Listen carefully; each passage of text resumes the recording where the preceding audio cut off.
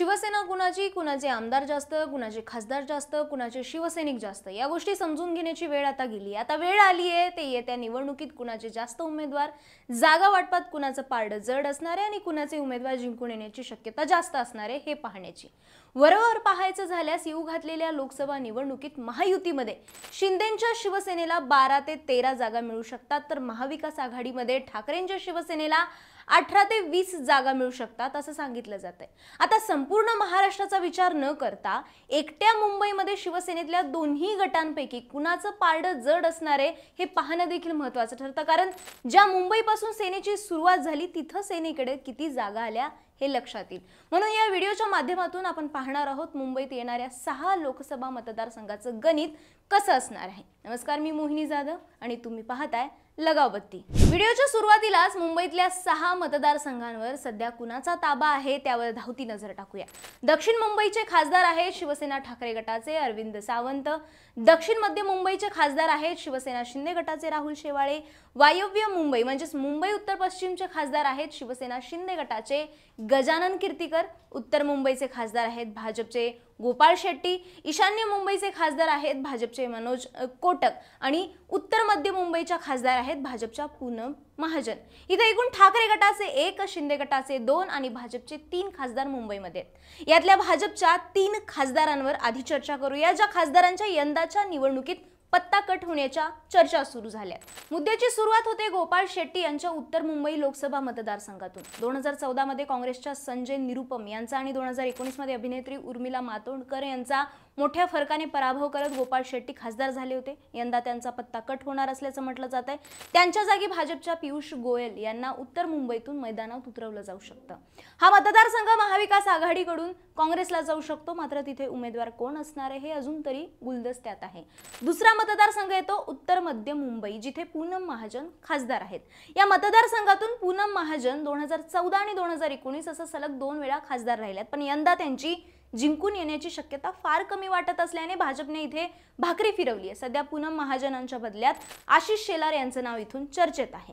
महाविकास आघाडीकडून हा मतदारसंघ काँग्रेसला दिला जाऊ शकतो, कारण याआधी या मतदारसंघातून प्रिया दत्त, एकनाथ गायकवाड निवडून आले होते, पण या जागेबद्दल शिवसेना आणि काँग्रेसमध्ये आदला बदल होऊ शकतं असंही बोललं जात आहे। तिसरा मतदारसंघ येतो मनोज कोटक यांचा उत्तर पूर्व मुंबई म्हणजेच ईशान्य मुंबई। मनोज कोटकांचा पत्ता कट करून या मतदारसंघात भाजपकडून मिहिर कोटेचा यांना मैदानात उतरवलंय। या मतदारसंघात राष्ट्रवादीतून ठाकरे गटात आलेल्या संजय पाटलांना उमेदवारी जाहीर झाली आहे। संजय पाटील हे 2009 मध्ये इथले राष्ट्रवादीच्या तिकिटावरती खासदार म्हणून निवडून आले होते। या 3 जागांच्या व्यतिरिक्त मुंबईतल्या आणखी 2 जागांवर भाजपने दावा केलाय, त्या म्हणजे दक्षिण मुंबई आणि मुंबई उत्तर पश्चिम। दक्षिण मध्ये सध्याचे खासदार ठाकरे गटाचे अरविंद सावंत हे आहेत। तसं पाहिलं तर या जागेवर शिंदेंच्या शिवसेनेकडून दावा केला जात होता, मात्र ही जागा गेली आहे भाजपला। भाजपचे राहुल नार्वेकर या मतदारसंघातून मैदानात उतरू शकतात, तशी तयारी देखील त्यांनी सुरू केली आहे। तर मुंबई उत्तर पश्चिम लोकसभा मतदारसंघाचे सध्याचे खासदार आहेत शिवसेना शिंदे गटातले गजानन कीर्तीकर। या जागेवरही भाजपने दावा केलाय। कीर्तीकरांचा पत्ता कट करून भाजपचे अमित साटम या मतदारसंघातून मैदानात उतरतील असं दिल्लीच्या बैठकीत ठरल्याचं म्हटलं जातंय। साटम यांच्या विरोधात शिवसेना ठाकरे गटाचे अमोल कीर्तीकर हे निवडणूक लढवतील। अमोल कीर्तीकर हे गजानन कीर्तीकरांचे चिरंजीव आहेत। पिता विरुद्ध पुत्र असा सामना इथं होण्याची शक्यता असतानाच भाजपने गजानन कीर्तीकरांना पुन्हा उमेदवारी देण्यास नकार दिलाय। कीर्तीकरांचा मुंबई उत्तर पश्चिम हा मतदारसंघ आपल्याकडे घेऊन ठाणे लोकसभा मतदारसंघ शिंदेंना द्यायचा असं भाजपच्या वरिष्ठांनी ठरवलंय। आता उरलाय तो म्हणजे राहुल शेवाळेंचा दक्षिण मध्य मुंबई लोकसभा मतदारसंघ। मुंबईतल्या 6 पैकी हा एकमेव मतदारसंघ एकनाथ शिंदे यांच्या शिवसेनेला मिळणार आहे। राहुल शेवाळेंच्या विरोधात ठाकरे गटातील अनिल देसाई यांनी दंड थोपटले। आता नजर मारूया ठाकरेंना मिळालेल्या मतदारसंघांवरती। सुरुवात करूया दक्षिण मुंबई मतदारसंघातून।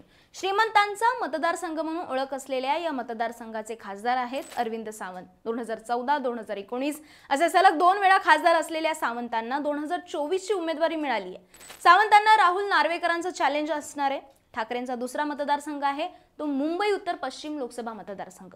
ठाकरे गटाकडून गजानन कीर्तीकरांचे सुपुत्र अमोल कीर्तीकरांचं नाव इथून फायनल झालंय। इथे 2014 आणि 19 असे 2 टर्म खासदार असलेल्या गजानन कीर्तीकरांचं यंदा तिकीट रद्द झाल्याजमा आहे आणि हा मतदारसंघ भाजपकडे गेल्याने भाजपचे अमित साटम इथून निवडणूक लढवणार आहेत असं बोललं जात आहे। ठाकरेंचा तिसरा मतदारसंघ आहे दक्षिण मध्य मुंबई। 2014 आणि 19 असे सलग 2 वेळा खासदार असलेल्या राहुल शेवाळे यांना पुन्हा एकदा उमेदवारी जाहीर झाली आहे, तर त्यांच्या विरोधात ठाकरे गटाकडून अनिल देसाईंचं नाव फायनल झाल्याचं म्हटलं जात आहे। हा तसा शिवसेनेचा बालेकिल्ला असला तरी काँग्रेसकडून दावा केला जात होता, मात्र हा मतदारसंघ आपल्याकडे राखून ठेवण्यात उद्धव ठाकरेंना यश आलंय। ठाकरेंच्या यादीतला चौथा मतदारसंघ आहे उत्तर पूर्व मुंबई म्हणजेच ईशान्य मुंबई लोकसभा मतदारसंघ।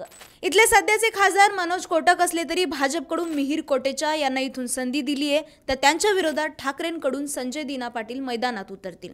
आता या सगळ्या गणितानंतर मुंबईतल्या 6च्या 6 लोकसभा मतदारसंघात कोणत्या पक्षाचे उमेदवार मैदानात असू शकतात त्यावर एक नजर टाकूया। दक्षिण मुंबईतून भाजपचे राहुल नार्वेकर विरुद्ध ठाकरे गटाचे अरविंद सावंत असा सामना होईल। मुंबई उत्तर पश्चिम मधून भाजपचे अमित साटम विरुद्ध ठाकरे गटाचे अमोल कीर्तीकर असे मैदानात असतील। दक्षिण मध्य मुंबईतून शिंदे गटाचे राहुल शेवाळे विरुद्ध ठाकरे गटाचे अनिल देसाई अशी लढाई होईल।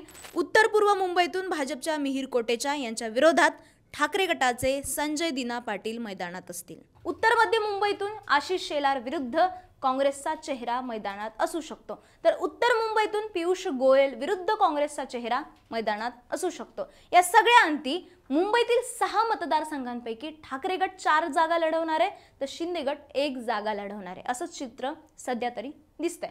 म्हणजेच काय, तर मुंबईत एकनाथ शिंदेंच्या शिवसेनेपेक्षा उद्धव ठाकरेंच्या शिवसेनेचं पारडं जड झालंय असं म्हणायला हरकत नाही। ठाकरेंनी जरी 4 जागा लढवल्या तरी त्यांच्यासमोर भाजपचं तगडं आव्हान असणार आहे, त्यामुळे 4 पैकी किती जागांवर ठाकरेंची सेना जिंकेल?